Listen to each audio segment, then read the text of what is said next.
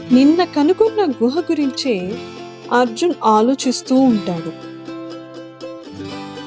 మరుసటి రోజు ఉదయం ఒక లాంతర్ తీసుకొని మళ్ళీ అక్కడికి వెళ్ళాలని నిర్ణయించుకుంటాడు. ఆ గుహలో ఏముందో తెలుసుకోవాలని అర్జున్కు చాలా ఆసక్తి కలిగింది. ధైర్యం చేసి అక్కడికి వెళ్ళాడు. గుహలో కొంచెం లోపలికి వెళ్ళగానే గోడలపైన విచిత్రమైన గుర్తులు కనిపిస్తాయి. గుహ గోడలపై ఉన్న వింత గుర్తులు చూసి అర్జున్ ఆశ్చర్యపోయాడు. అవి ఏదో రహస్యాన్ని దాచిపెట్టినట్టు కనిపించాయి.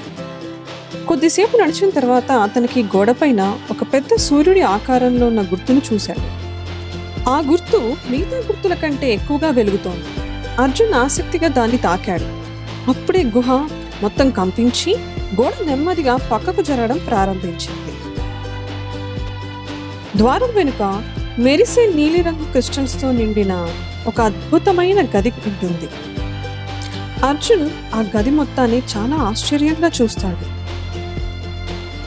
అప్పుడే అతనికి గోడపై ఉన్న గుర్తుకు వస్తుంది.